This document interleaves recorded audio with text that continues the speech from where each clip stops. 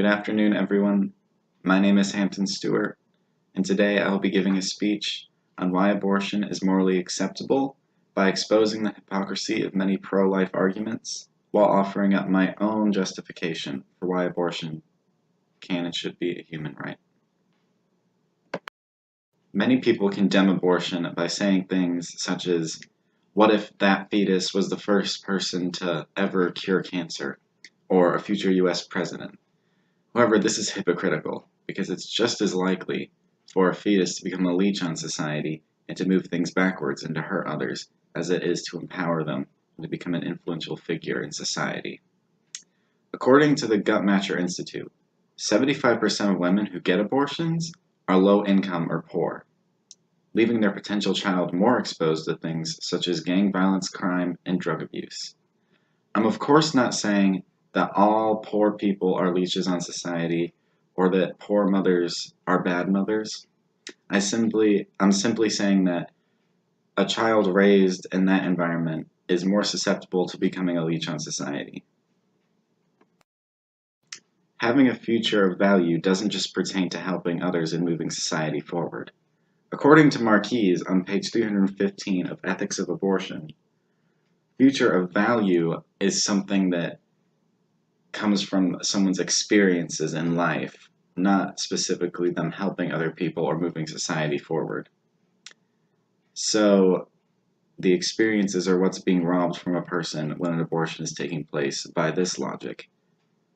However, this does not take into account the lost experiences and opportunities that the mother has if she's forced to carry this baby to term. For instance, according to the National Campaign to Prevent Teen and only 51% of teen moms earn a high school diploma, compared to 89% of female students who did not give birth as a teen. This is showing that mothers who don't get abortions when they're not ready to be mothers wind up losing a lot of opportunities and experiences in their own lives that they won't get to go through because they'll be too busy raising a child. Another big point of hypocrisy in the pro-life argument is why exactly animals are included.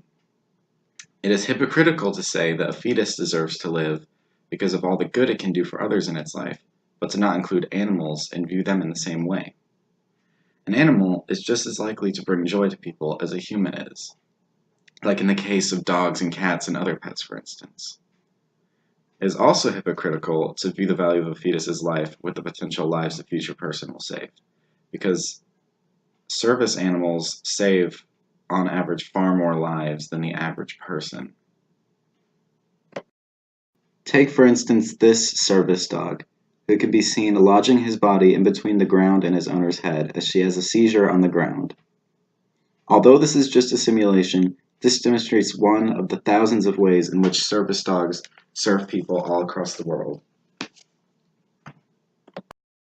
If the future of value argument holds up, then we must all renounce meat and become vegans. Now, obviously, we're not going to do this, so the answer must lie in something else. I believe that it lies in something called asymmetric valuing of human life, which is described on page 331 of Ethics of Abortion. Asymmetrical human life basically says that the value of a person's life isn't determined by the good they do for others or the good they do for society. It is only valuable because that person values their life. You don't necessarily have to do anything special to be given a right to life. So, for instance, would it be okay to kill a 100-year-old woman who has no living friends or relatives and no contact with the outside world? Even if she'll die in a couple weeks' time of natural causes, would it be okay to kill her? I hope everybody says no to this question. However, that proves that the future of value argument is not the reason that we view killing as wrong. See, it's wrong to kill the 100-year-old woman because she values her life. Therefore, it shouldn't be taken away. That is the asymmetrical valuing of human life theory. One can apply the asymmetrical valuing theory to fetuses by saying that it's impossible for a fetus to care about its own life because it is not conscious. According to the New York Times, the first electrical currents in the brain don't even start until about the 6th week. Therefore, it can be argued that abortion is justifiable due to the fetus's complacency in the abortion process. Even after brain activity is established, it is arguable that the fetus still does not know and is not conscious of its own life, therefore it cannot care whether it lives or dies. It is for these reasons that most of the pro-life arguments out there today are pure nonsense and hypocritical. It is ultimately up to the mother to decide if she wants to sacrifice her future experiences and opportunities in order to raise a child. And I think most people will agree that it's best for someone to have a child when they're ready and not when they make a mistake. Thank you.